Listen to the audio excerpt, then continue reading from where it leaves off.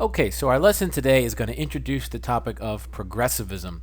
And progressivism is a period of time in American history where the government was instituting a lot of changes, be it rules and regulations, trying to make society a better place, if you will. We're going to talk specifically about what that means. Here we have three progressive presidents: Theodore Roosevelt, a Republican; William Howard Taft, a Republican; and Woodrow Wilson, a Democrat. Note, two different parties, but we call them all progressives. And so it's really an idea that kind of is one that spreads both Democrats and Republicans.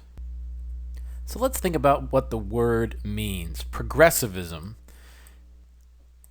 One of the things we need to do is we need to look at the root word. So if we were doing this in class, I would ask you to write down your definition of the word progress, because at the very core of progressivism is the idea that we need as a society to be making progress. And we define progressivism as a collection of ideas and reforms that tried to address the problems that existed in American society. So we're talking about the turn of the century here. We're talking about the industrialization period, or the country has just gone through a period of industrialization. And there's a whole bunch of problems that go along with that.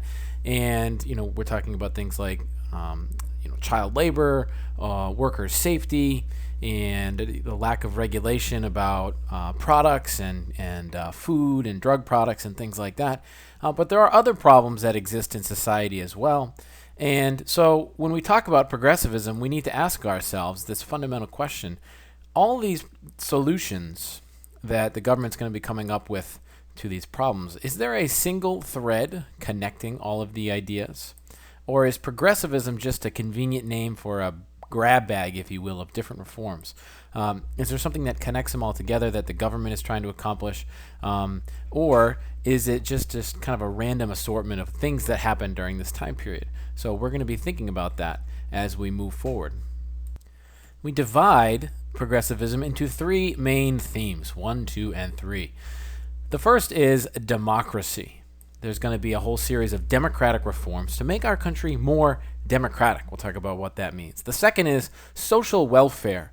There are problems in society where people are living in poverty, people's working conditions are poor, and the government's going to try and pass rules and regulations to try and solve some of those problems. And then finally, business regulation. Businesses are able to do things, but there aren't a whole lot of rules surrounding their behavior, and sometimes this can hurt people who buy their products, or it can hurt the people who work for them. And so the government is going to try to pass rules and regulations that try to protect people from powerful big businesses. So we're going to deal with each of these three themes one at a time, and in this video we're going to talk specifically about the first theme, democracy. The progressive reformers around the turn of the century, they felt that the country needed to be more democratic, more direct democracy. Direct democracy is the key. They felt that the American democracy needed to better reflect the direct voice of the American people. As you know, we live in a representative democracy, and in America we elect representatives. Those representatives in our government then pass laws on our behalf. So that's kind of an indirect system where the voters aren't going to be the ones deciding the laws. The people they vote for are going to be the ones deciding the laws. So progressives wanted to give more power to the individual voters. So one of the things they promoted was something called a direct primary, which became very, very common after the progressive movement and is now the way most presidential elections work, or partisan elections, if for that matter. A direct primary is a system in which all party members can vote for a candidate to run in the general election. So the way we select candidates in our electoral system today is most of the time the Democratic and the Republican parties choose a candidate to run in what are called primary elections, and whoever wins those primary elections, they get to run in the general election. Now, before the progressive era, it used to be that not all primaries were direct. In essence, individual voters didn't get to choose which party or which candidate the party would select to run in the general election. Now, with direct primaries, individual voters do get to vote in what are called primary elections. If they're a registered Democrat, they get to choose the Democratic candidate to run in the general election. If they're a registered Republican, they get to vote in a Republican primary. And this really does give people more of a say in the political process. Robert La Follette was the governor of Wisconsin, and Wisconsin was a state that was at the forefront of these direct primary movements and direct democracy concepts. Also, direct election of senators. The 17th Amendment was added to the Constitution in 1913 as the progressive movement picked up steam. Before the 17th Amendment, United States senators were chosen by state legislatures. So here in Massachusetts, the state government would choose the 2 senators who would go to Washington. In 1913, now individual voters are going to be choosing senators, and that's the way it is now nationwide. So once again, more power is being given to individual citizens and voters, and our democratic system is becoming more direct. Another important democratic concept that really became popular during the Progressive Era and now is very common throughout the United States are these ideas of initiative, referendum, and recall. These 3 voting procedures are ways in which individual citizens can participate in government, and once again we see government is becoming more direct. We have a more democratic system. So with an initiative, what you have is a procedure where ordinary citizens can actually introduce laws, and then they can require the state legislatures to vote on them, or in some cases actually you can have voters themselves voting on them, which is actually very common here in Massachusetts. We have these ballot initiatives where citizens will propose a law, and then when voters go to vote, they actually can choose whether or not they want to approve of the proposed law. So in Massachusetts last election cycle in 2012, we had a few controversial ones, one about the use of medical marijuana, another was a physician-assisted suicide bill, and voters got to vote on those issues directly.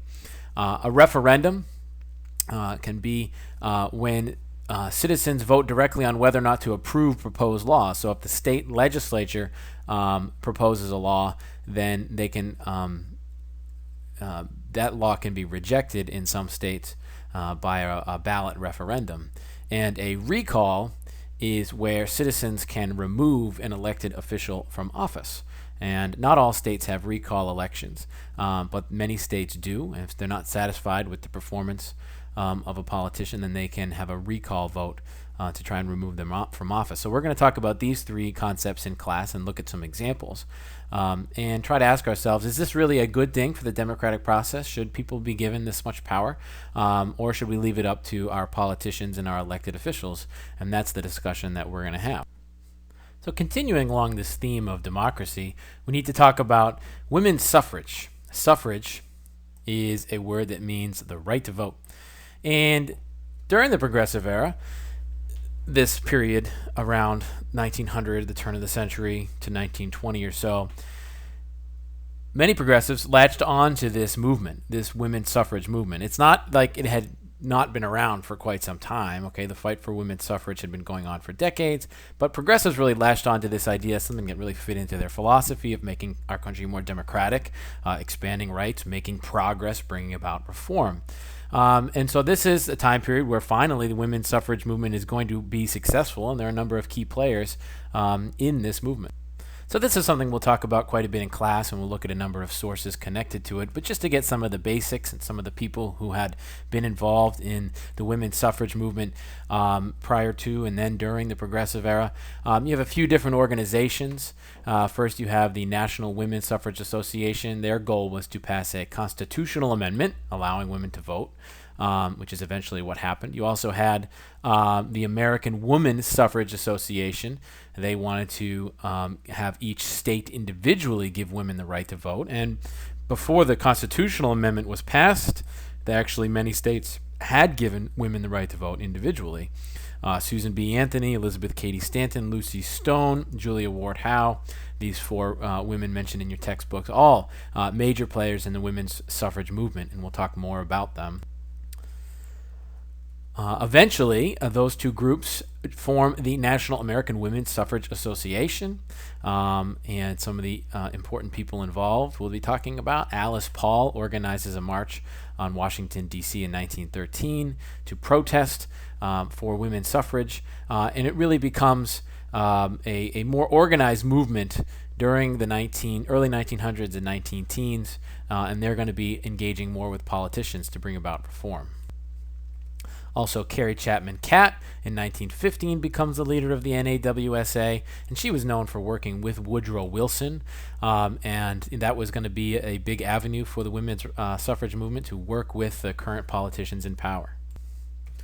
Just a few images. Suffragists march in 1913 in New York City. You can see the throngs of people involved there. And also, just an interesting image here. Women's suffrage headquarters trying to convince the men of Ohio to give women the right to vote. And it's an important concept. In order for women to get the right to vote, the men in power had to vote to give it to them. So they had to take an interesting tactic of trying to convince these people, some of whom didn't want to let them to vote, that they were indeed worthy of the vote. And so that's a difficult position that the women were put in, because there were no women who were able to vote and give them rights. And we'll just end this video here by taking a look at the map. By 1920, this is the progress that had been made on a state-by-state basis. You see the states in blue, women had voting rights. In the states in brown, women did not have voting rights. In the orange states, they could vote in presidential elections, and in the red states, they could vote in primaries. So it was not something that nationwide happened all at once until the 19th Amendment is passed in 1920, which gives women across the country the right to vote. So we have more to talk about with progressivism. We have the other themes. We talked about the democratic themes. We'll talk about these issues more in class, and then we'll move into social welfare and business regulation.